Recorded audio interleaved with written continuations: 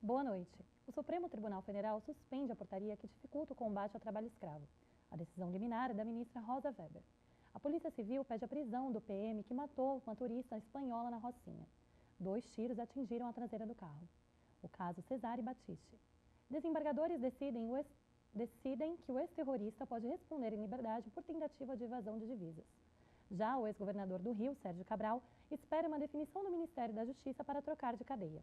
O juiz Marcelo Bretas considerou que foi ameaçado por Cabral durante um depoimento. O governo federal negocia a renúncia de 17 bilhões de reais em arrecadação para salvar o mandato do presidente Temer. A Unesco faz um diagnóstico da educação no Brasil e conclui que ela não vai nada bem. O Partido Comunista eleva o status do presidente Xi Jinping e equilibra o líder Mao Tse-tung. E ainda, carta emocionante da mãe de uma sobrevivente do crime na escola de Goiás. Agora, no Jornal do Quarto José.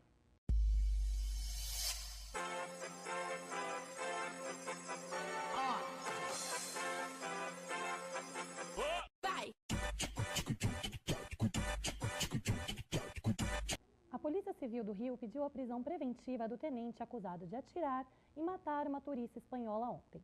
Vamos então para a delegacia, onde o caso está sendo investigado com o repórter Gustavo Frank. Boa noite, Júlia. A polícia pediu a prisão preventiva do tenente Davi dos Santos Ribeiro, de 30 anos, que atirou contra o carro e atingiu a turista espanhola Maria Esperança ontem de manhã na Rocinha. O outro policial, que também participava da ação, soldado Luiz Eduardo de Noronha Rangel, disse que atirou para o alto e responderá por crime militar.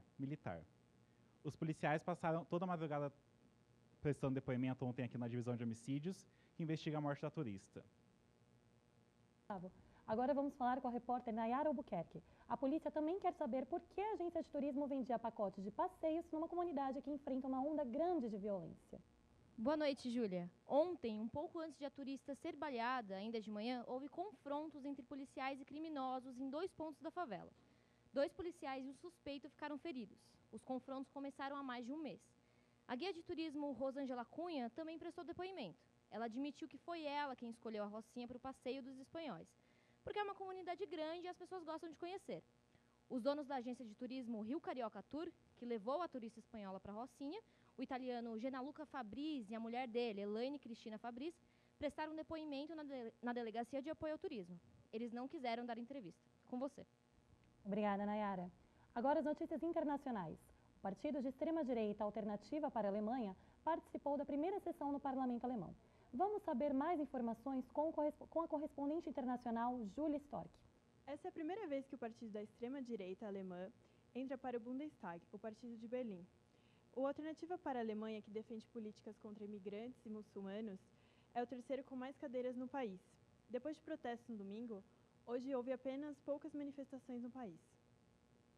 Obrigada, Júlia. E o Reino Unido está discutindo o trabalho escravo. Um relatório oficial diz que as forças policiais britânicas estão fracassando no combate à escravidão moderna.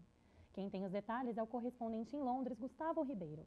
O problema aí é muito mais grave que o dos próprios ingleses imaginam, não é, Gustavo? Muito mais grave, Júlia. Boa noite. Pois é, quem diria que em pleno século XXI a gente ainda estaria discutindo a questão do trabalho escravo, principalmente aqui no Reino Unido, considerado um dos países mais desenvolvidos de todo o mundo. Essa família polonesa sofreu nas mãos de traficantes de pessoas, tiveram seus documentos confiscados e foram obrigadas a entregar boa parte do recurso que ganhavam do governo na mão dessa gangue, que justamente controlava a rotina deles dia a dia. O resgate foi feito por uma ONG minuciosamente para proteger a identidade dessas vítimas, que agora tentam recomeçar a vida em outra cidade.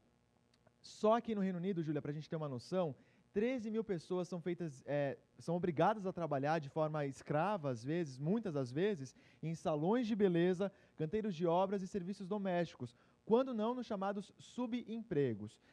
Um relatório altamente crítico da polícia revelou que muitos desses casos, que são levados às autoridades, não são concluídos, são engavetados, e muitos deles com perguntas que poderiam ser respondidas, e aí sim, enfim, a gente chegar nessas pessoas que fazem esse ato, esse crime com essas outras pessoas. A polícia reconheceu a falha na investigação e afirma que, apesar do investimento de 8 milhões de libras do governo, a polícia alega falta de recursos para identificar quem faz ou quais são essas gangues que fazem tráfico de pessoas. Obrigada, Gustavo. O Jornal Quarto Jodê termina aqui. Você acompanha outras notícias no Jornal Nacional. Uma boa noite.